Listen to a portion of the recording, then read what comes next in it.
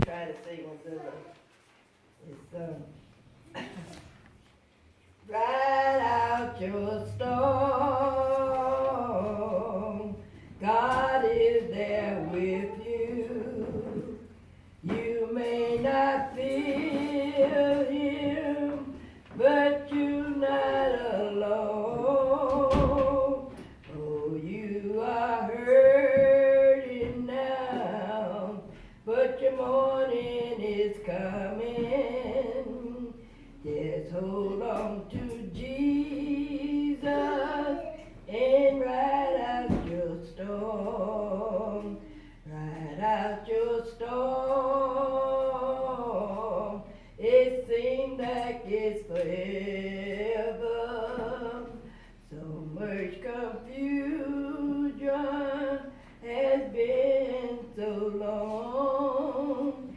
Your ship has lost anchor, and the storm got you drifting.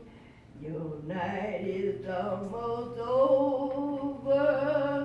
Ride out your storm. That's what I'm doing. Amen. Ride out your storm. God is there with you. You may not feel Him, but you're not alone. Oh, you are hurting now, but your morning is coming. Just hold on to Jesus and ride out your storm. I'm going to come today from Acts the 27th chapter.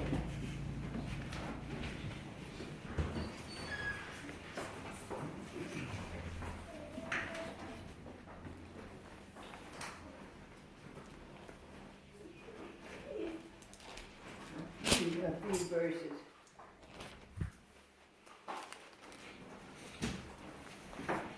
And when it was determined that you may be seated.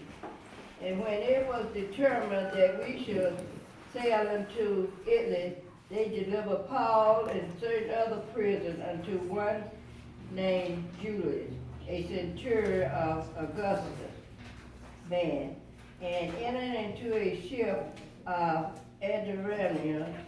We launched, meaning to sail by the coast of Asia.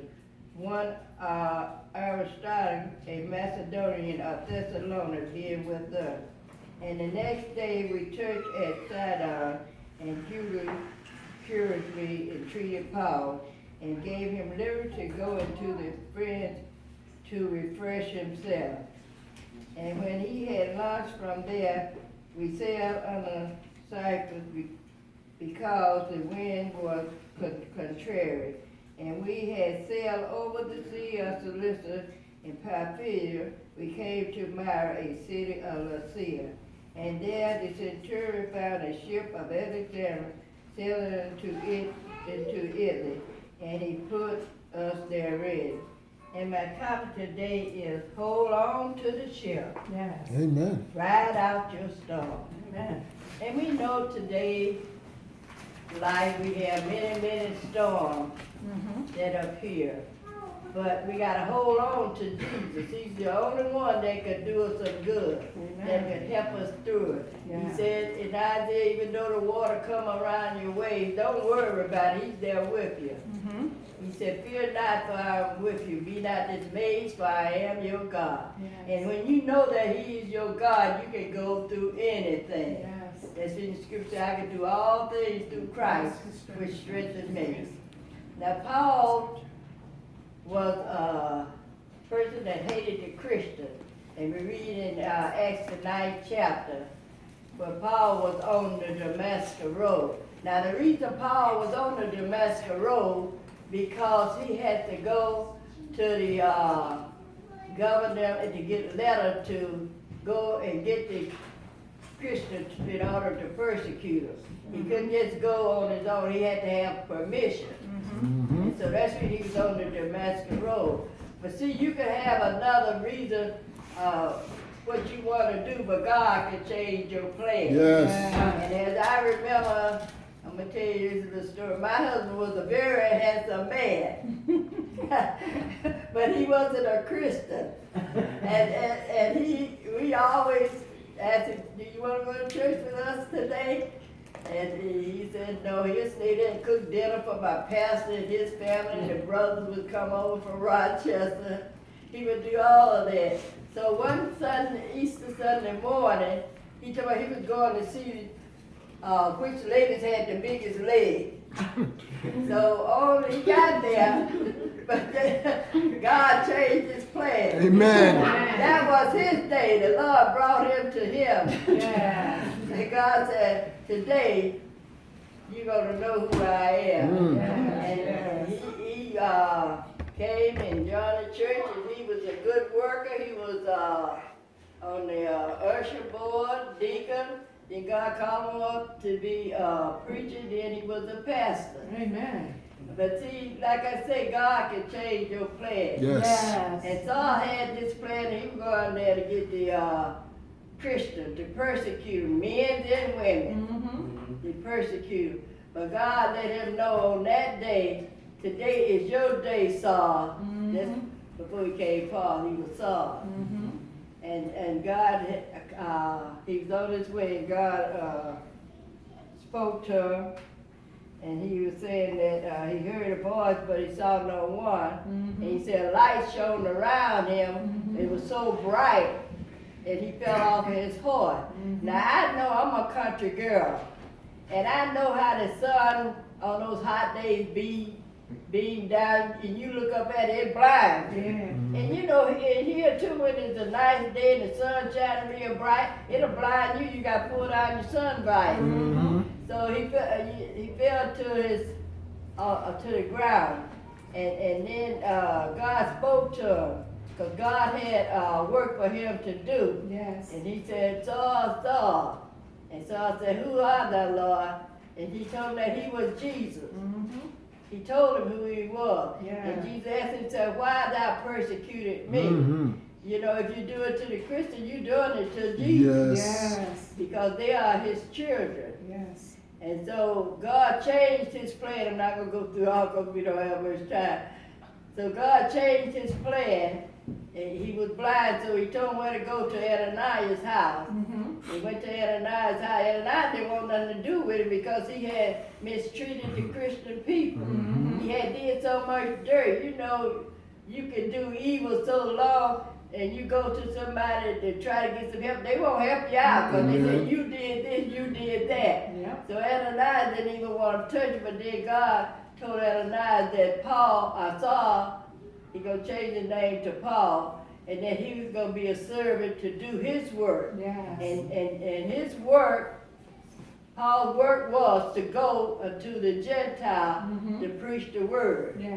And we know Paul went through many trials and tribulations. They put him in jail, they beat him for no reason at all. But he went through it because he knew who his God was.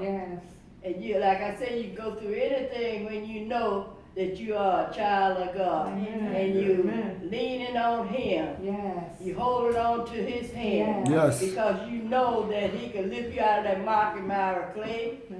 He can save, he can heal, he can do all those things. And there's nothing too hard for God. So Paul, he went to different cities on his missionary journey.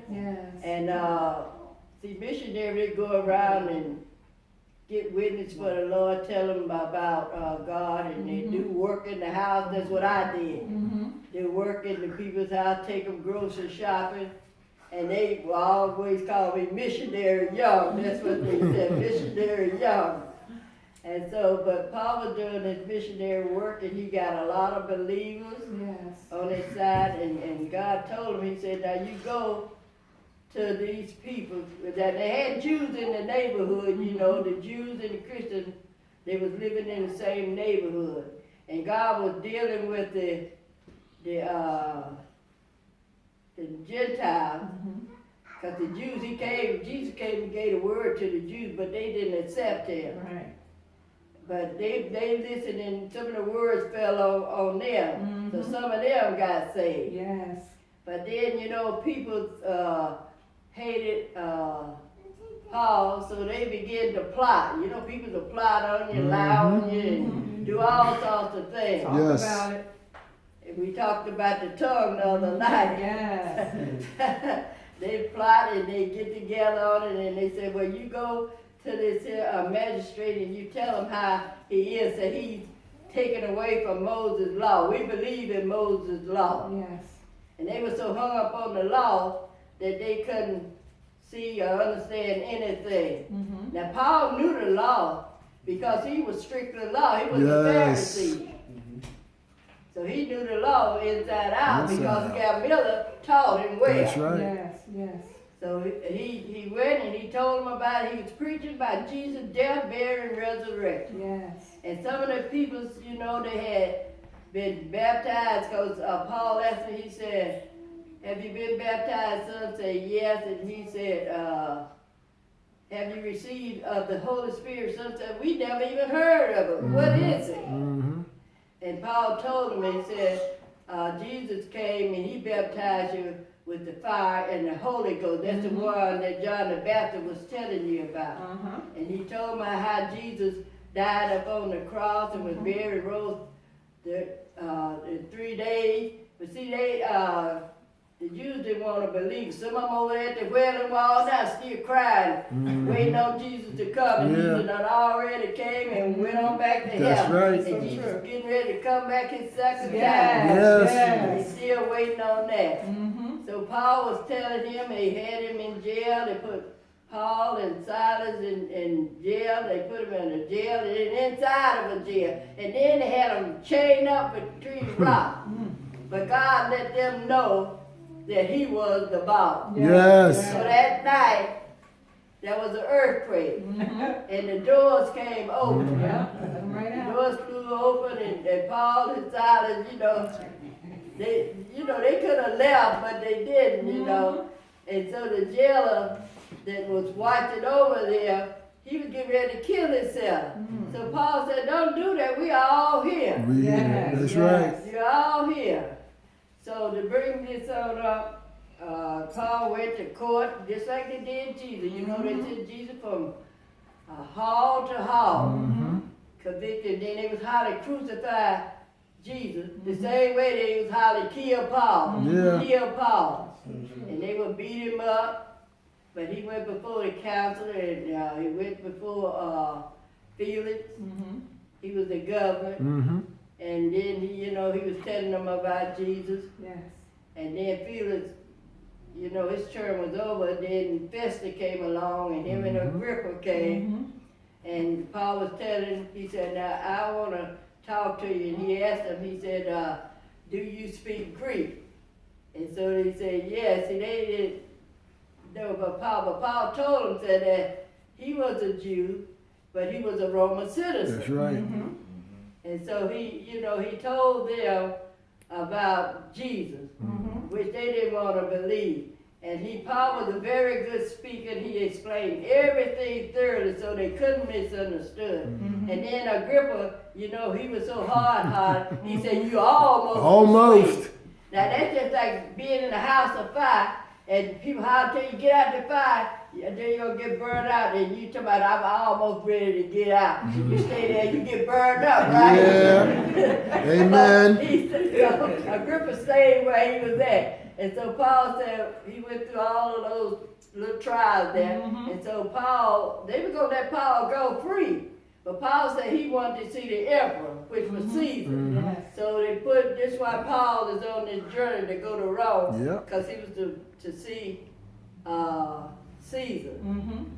And so in this scripture, they sent Paul on, and Paul told the people when he was on this ship, they would get on one ship and get on the other one. And Paul told them, said, this is not the time to go, you know, 'cause winter coming, you know, like we said, we can't go to Syracuse, but my daughter said, because it's gonna, the snow gonna come, we don't know where to go hit, we don't wanna get stuck in it. So he told the captain, you know, he said, I wouldn't go, you know, 'cause the weather gets bad, Yeah. but they didn't listen. Mhm. They went on, and then they got on this,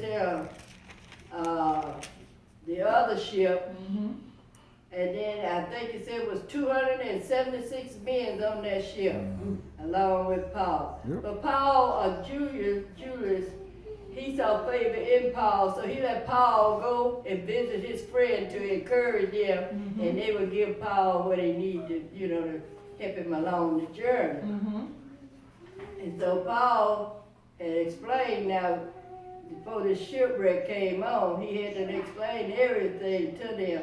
And then the storm began to rage and the waves, and then they was getting a little worried. Mhm. They were so worried about everything.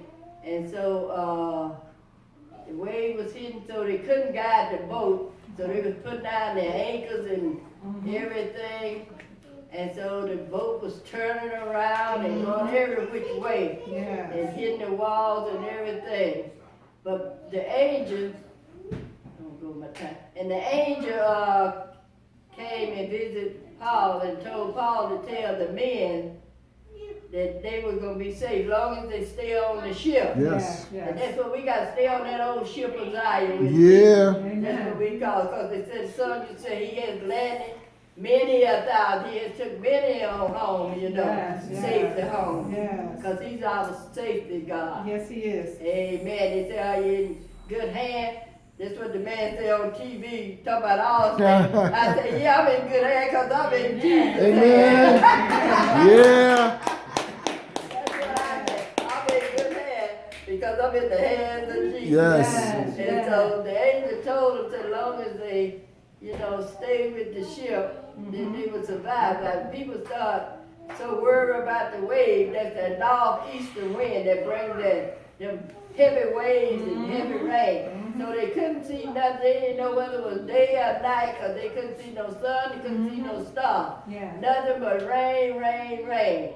And I think they said the water was over 100 some feet when they dropped and measured. Was 100 some feet. And then they went back and measured again. It was 90 some feet. It was going down a little bit. Okay. But they still couldn't guide that ship. Mhm. So they said they would take the oar and everything and just let it float. You know how you take your feet off of the gas pedal when you're going down here and just let it go. But that's what, even when you're on some ice and stuff, you can't be hitting the brakes. No, Yes. you'll kill yourself. Mm-hmm. And so they would just let it go on, they would throw a cargo overboard and everything. And the people hadn't even ate for about 2 weeks. So Paul was telling them, now you got to eat something to keep your strength up because you're going to need it. Yes. And Paul, he prayed and he encouraged the people. And Yes. that's what we got to be today, encourage Yes. the people. You know, not put them down, but encourage them. Yes. And let them know what God can do. Yes. That he did it for you, he'll do it for me. Amen. Amen. See, and so that's what he was doing. He was encouraging, giving them the word. Now some of them on that ship came to believe. And so Paul was saying, just stay with the ship. So they had other plans now. They done thrown all the cargo, but then they were gonna get this little boat. I call it a little skiff, you know, them little boats. So they were gonna get in there and try to escape. And so Paul told the captain, you know, all about it. And so he said, he told him to stay there with the ship, you know. He, you know, caught them before they did try to get away. Because the angel had said, stay with the ship. Yes, yes. And we know that as long as you do what God say do it. Yes, yes. If God didn't tell you to do it, don't do it. Amen. That's what you have to pray about. Amen. Pray about it. God will give you the okay. It's either yes or no. And so Amen. Paul had told them to encourage them, just hold on. Just listen and do what I tell you to do, and everything will be all right. Amen. He said not even a string of hair would be off of your head. You don't have to Amen, walk in amen. dirt no kind of way. Yes, yes. So then the waves got so high and rough and all of that, so they throw some more cargo over the wheat and all of that to lighten the ship. Mm-hmm. To lighten the ship so they can get where they going. But the storm was so rapid until they had the ship tied with ropes, so they cut the ropes, and then the boards, the waves was so beat so rapid in the water, raining hard, so they cut the rope, and so the boards of the ship began to fall off. Mm-hmm. But Paul said, don't worry, and then the captain said, those that could swim to safety, because they seen a little island, Uh-huh. because it had cleared up, they could see a little island Mm-hmm. far off distance. And so the captain said, those that could swim to safety. And those that couldn't, just hold on to the plank off of Yep. the ship. And so, to make the story short, they held on to the ship, Mm-hmm. and they were safely brought in. Mm-hmm. And that's what I want to say today. If we hold on to Jesus, never, never, never let go Never of let his go. hand. Yes. No matter what. Yes. Your husband, well, God didn't put him to stay here forever. Sooner or later that we all gonna leave this world. Yes. So, but you got to just give it to Jesus, pray to Jesus, and he'll help you through the storm. That's one of Yes. the storm. Yes. Somebody lie on you, one of the storms to put you Mhm. down. But hold on, sickness gonna come. Mm-hmm. Sometime it'll knock you down. But God will come and tell you it's gonna be all right. Mhm. Yes. And he Yes. lift you up. Yes. So that's what we gotta do. Look to him. Yes. Because God is an uplifter. Yes, he And is. he never let you down. Yes. Hmm. The morning's gonna come. Mm-hmm. We look to the night, but joy coming in the Yes. morning. Yeah, it does. Amen. Joy coming in the morning. Yes. And we get up in the morning and say, good morning, Jesus. Yeah. Good morning, Jesus. Amen. I'm glad to be alive. Yes. Hallelujah. Glad to be here. Thank you, God. One more time. One more time. Yes. And Lord, I'm depending on you. Yes. Because you are a God of your word. Hallelujah. I know you're not slacking your promise. Mm. Yes. You said you will be with me to the end of the world. Yes. And I'm depending on you. Yes. Depend on Jesus. Yes. Hold on to Jesus. Yeah. Never, never, never let go his hand. Yes. He's the arm that can hold you tight. Yes. He's the one that loves you. Mm-hmm. When things go wrong, he's right there to forgive you for your sin. Mm-hmm. He's that kind of God. So let us hold on. Yeah. We got faith in God Yes. and faith in ourselves. And Hallelujah. I believe. Yes. I got faith. I said, Lord, I said, we about to land in the little place over there. Mm-hmm. And I said, God, I said, I know you're going to put us in there very soon. Yes. I said, just let me live to see that it be built. Yes. Amen. That's my desire, Yes. Praise to God. live to see that it be Yes. built. Hallelujah. And I know God is going to do it. Yes. Because he's working on it now. Yes. He's working on it now. Yes. So let us hold on to God. Yes. Hold on to him. Yes. We love our loved ones. We love them. We love them. But never let go of God's hand, no Yes. matter what. Hold on. Hold Yes. on. Hold on. Thank you. Amen.